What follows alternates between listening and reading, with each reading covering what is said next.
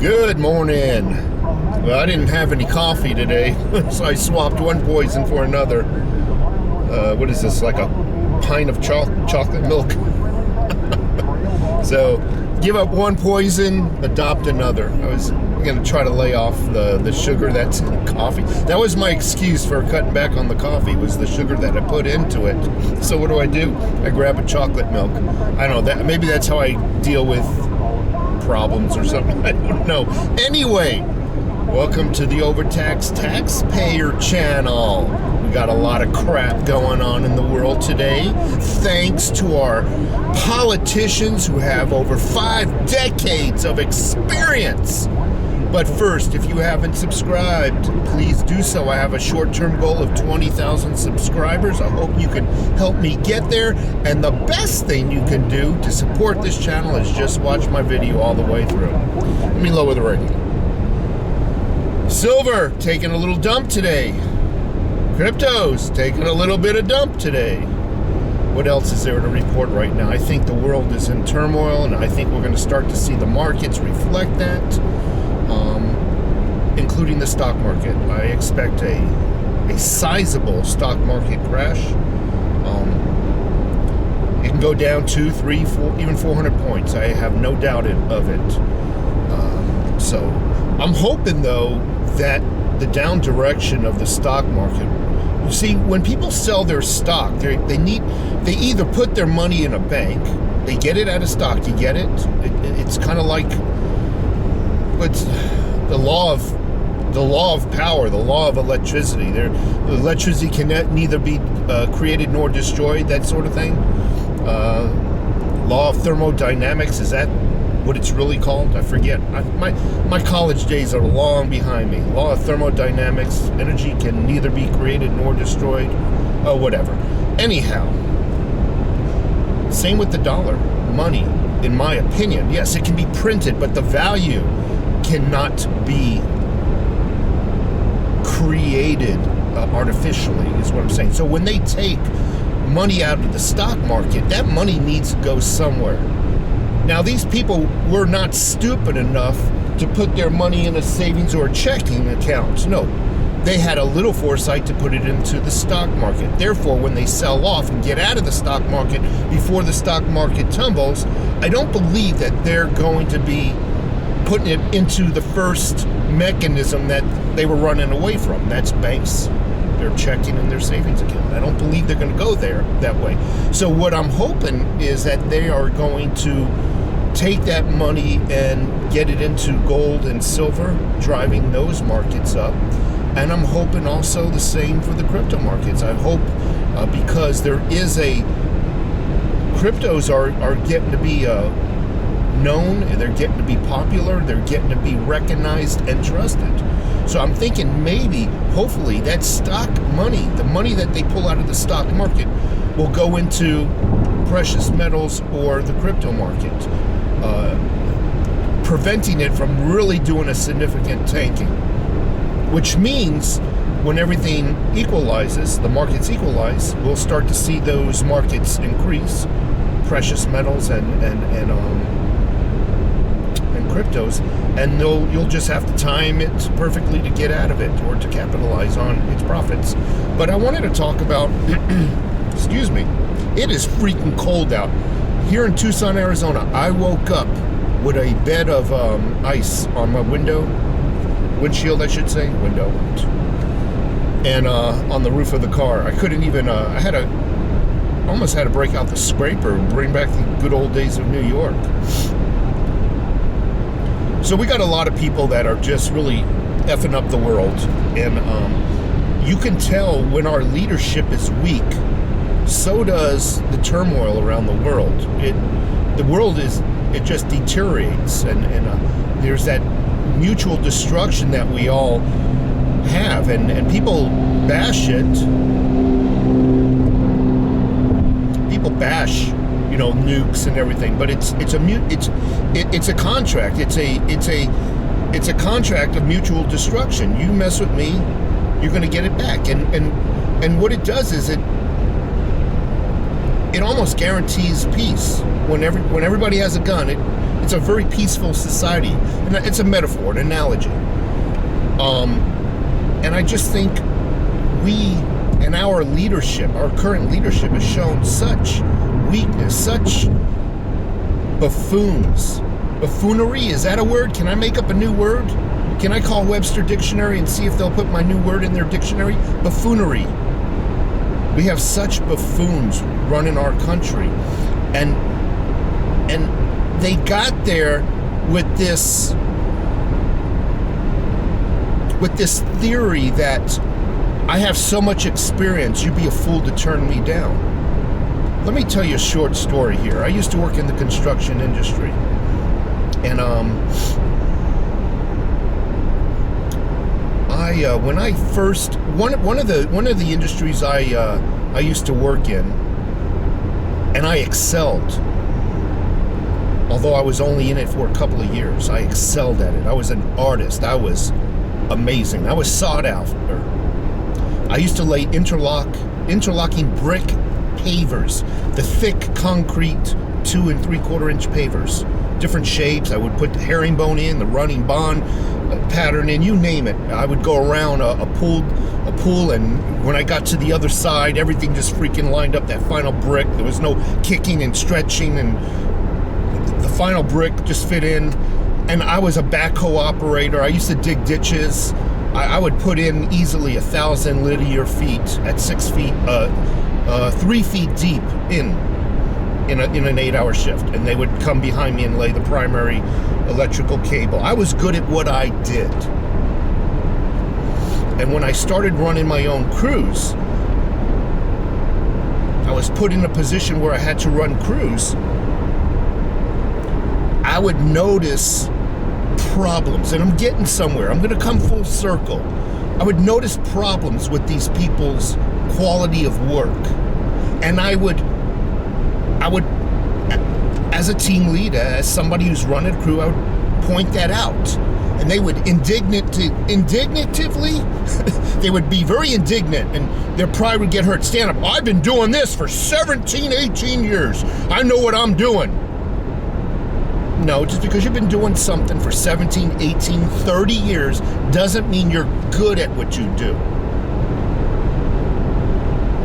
It means you've been repeating the same problems for that many years. Doesn't mean your quality, your ability is any better than somebody who's been doing it for 3 or 4 years, like I was. Case in point, Joe Biden ran for president, and he told everybody he is the perfect person. I am the perfect person. I've been doing this for 5 decades. Get my point? Look what's going on in the world. Everybody looks at him and Kamala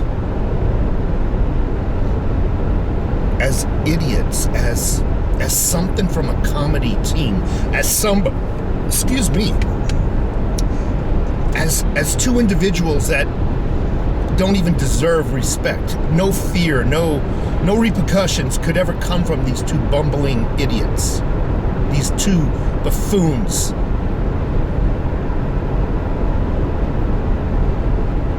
And when you don't have that mutual fear of people, this is what happens. People take advantage of you.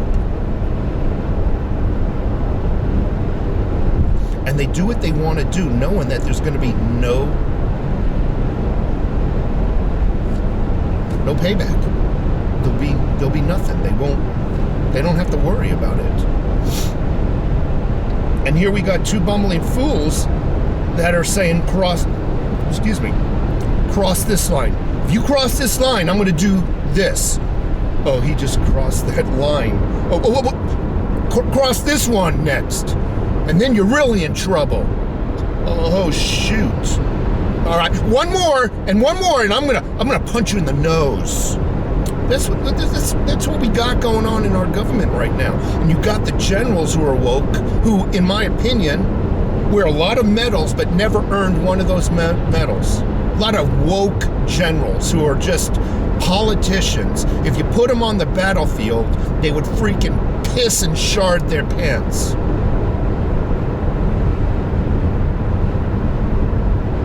You have a lot of privates and corporals in the military. You have much more common sense and fortitude on the battlefield than these freaking woke generals. You think they're going to go up again? These woke generals, they're hiding in the sand right now, making every excuse not to go to war and help an ally. It's kind of like that guy in high school at 3 o'clock high, I'm going to come and kick your ass. And the guy got threatened is just kind of looking around for a door, back door to get the fuck out. Shit, I'm going home, man. I'm sneaking out the back of the yard, man, the back of the school. Sure. That's what these generals are doing right now. They're hiding their heads in the sand. Now, I don't advocate for war, okay? I'm not advocating for it. I don't believe we should be the police of the world. But if we're not going to be the police of the world, then we need to shut our mouths up that we're going to do X, Y, and Z if you cross this, or this line. Stay the hell out of it. And if you do threaten, you better hold on to that threat. You better follow through with that threat.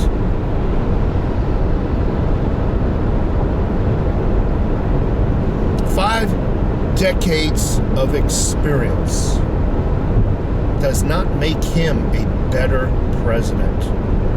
It does not give him more quality that somebody who's been in office only 4 years had.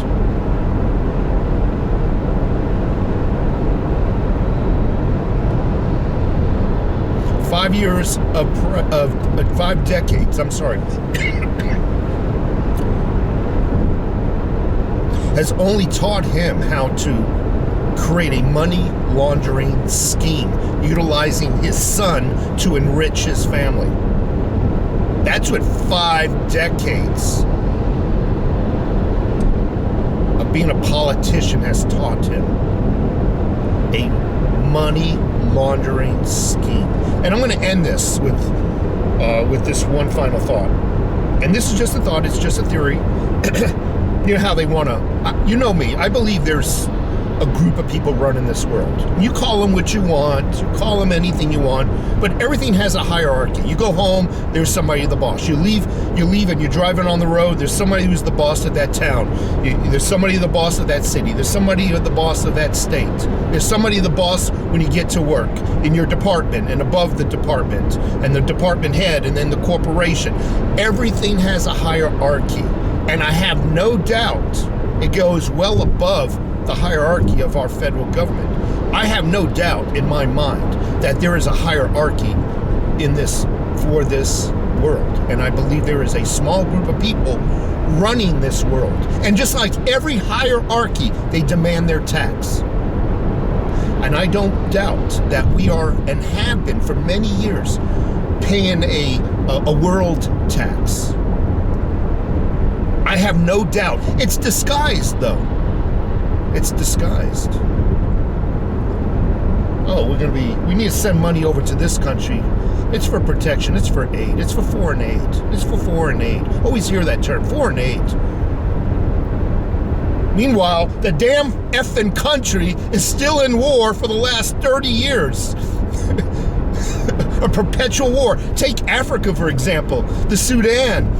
Oh, the foreign aid. Our foreign aid ain't doing jack shit. You got tribes being slaughtered, put in meat grinders for crying out loud, and fed to their kin. This foreign aid, in my opinion, is just another money laundering scheme. This NATO, putting money into NATO. You know, Trump got us out of NATO because he recognized that it was just a money laundering scheme. There's another way of hiding this world tax, in my opinion. Obviously, don't listen to me. This channel's just here for entertainment purposes only, and my common sense means nothing. Trump got us out because he even said we're paying the bulk of the money to protect these countries from X, Y, and Z countries, yet they still buy their products from X, Y, and Z countries, enriching them so they can later attack them. Russia. I question, we shut off the Keystone Pipeline, gave the pipeline rights to Russia. Was that in my opinion, was it a way of paying the world tax, a way of camouflaging that we were paying a tax? We're not gonna, you know, get oil out of our ground and make our own country rich under the disguise it's for the environment. You know, we're not gonna dirty our environment. We'll let all the other countries dirty their environments, and then we'll bring in that gas, and then we'll dirty our environment through the usage of our mufflers. Was that a way of enriching those countries, hiding this so-called world tax? When you buy a product, you're actually enriching that person you're buying it from. So is it another mechanism for camouflaging this world tax? When you tell other countries, no, we'll buy our products from you. We'll stop making our own. We'll stop growing potatoes and buy our potatoes from you. Makes no sense. Take care.